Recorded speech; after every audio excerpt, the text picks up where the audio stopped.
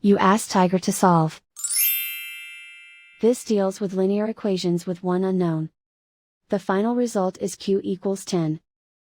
Let's solve it step by step. Swap sides. Group all constants on the right side of the equation.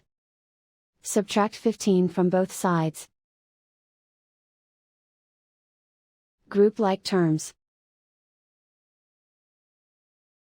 Simplify the arithmetic.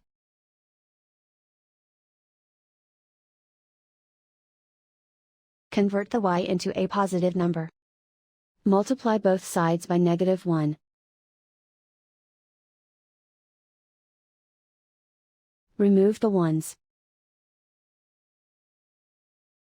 Simplify the arithmetic.